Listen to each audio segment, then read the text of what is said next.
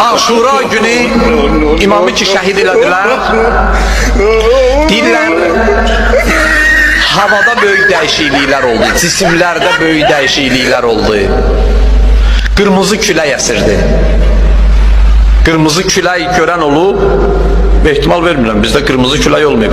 Risalələrdə də var da, ayət namazı düşən yerlərdən biridir də qırmızı külək. Deməli bu var da, bütün fəqihlərimiz yazılır. Məsələ bu da bizdə olmayıb da, amma var belə bir şey. Deyir, imam şəhid olanda qırmızı külək əsdi və bütün göy üzü qan rəngi kimi qıpqırmızı oldu. Hətta deyir, Kərbəlada hansı daşa toxunurdunsa, daşı götürürdünsə, altından qan çıxırdı. İmamın şəhadəti, bu da İmam Hüseyin əleyhissalama məxsus olan xüsusiyyətlərdəndir ki, hətta havada və cisimlərdə dəyişiklik yaratdı Aşura hadisəsi. Sən nə həyasız adamsan, hə? Mən çox həyasız, sırtıq sətlər görmüşdüm. Sənin kimi sürtülmüşün görməmişdim.